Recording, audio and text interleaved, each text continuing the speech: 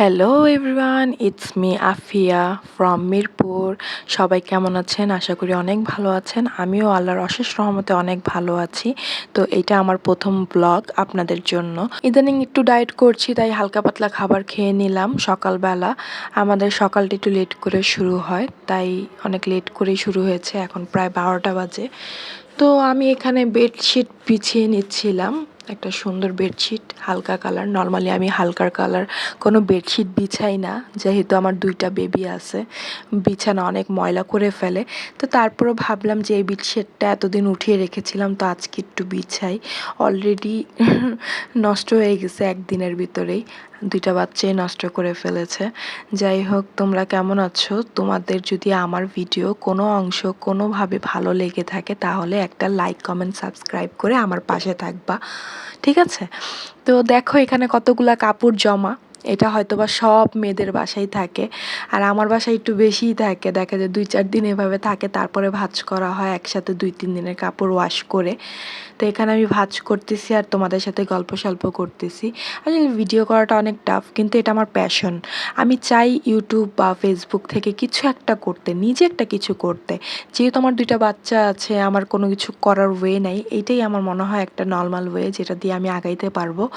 তো এর আগেও আমি অনেকবার ইউটিউব করার ট্রাই করেছি, কিন্তু অনেকভাবে কোনো না কোনোভাবে পিছিয়ে গিয়েছি। এবার ইনশাল্লাহ আমি চেষ্টা করব রেগুলার থাকার। তো বাচ্চাকে ঘুম পাড়িয়ে আমি এখন আমার ইবাদত করে নিচ্ছি।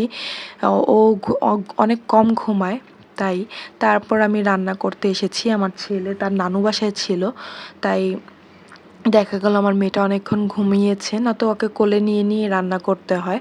আর আমার রান্নাঘরটার স্পেস অনেক ছোট, তো অনেক কষ্ট করে ভিডিও করছিলাম আর রান্না করছিলাম।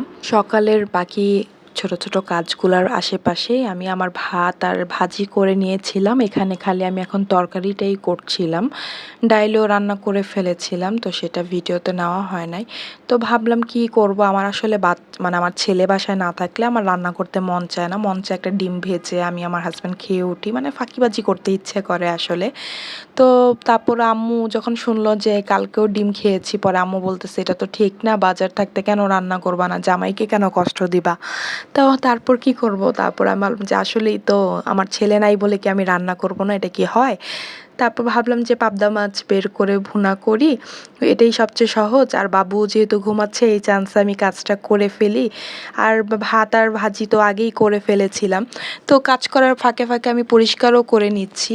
আর এখানে আমি প্রায় 2-3 দিন আমি বাসায় ছিলাম না, তো আম্মুর বাসায় ছিলাম, তখন অনেকগুলা কাপড় জমেছিল, যেটা আমি 3-4 দিন লাগিয়ে লাগিয়ে দেখেছো তো কতগুলা ভাঁজ করেছি। আরও 2 বালতির মতো আছে অলরেডি।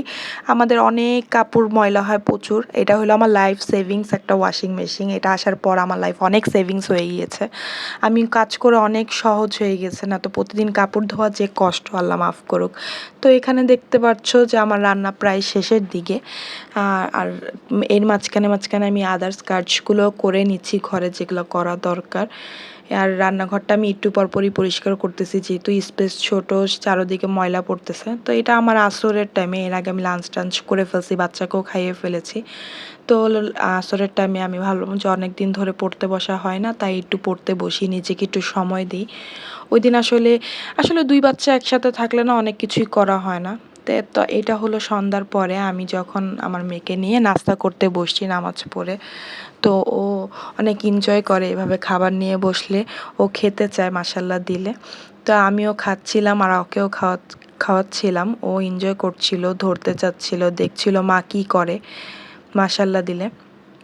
তো এখানে আমি শেষ করব আজকের ভিডিও।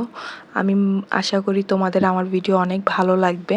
আমাকে একটা কমেন্ট করে সাপোর্ট করো, তাহলে আমার আসলে ভিডিও করার অনুপ্রেরণা আরও আসবে ইনশাল্লাহ। দোয়া করো, আমার জন্য দোয়া করো, আমিও যেন বাকি ইউটিউবারদের মতো ভালো একটা অবস্থান করে নিতে পারি তোমাদের মাঝে, তোমাদের মনের মাঝে। আজকের জন্য এতটুকুই। আল্লাহ হাফেজ এভরিওয়ান, আসসালামু আলাইকুম।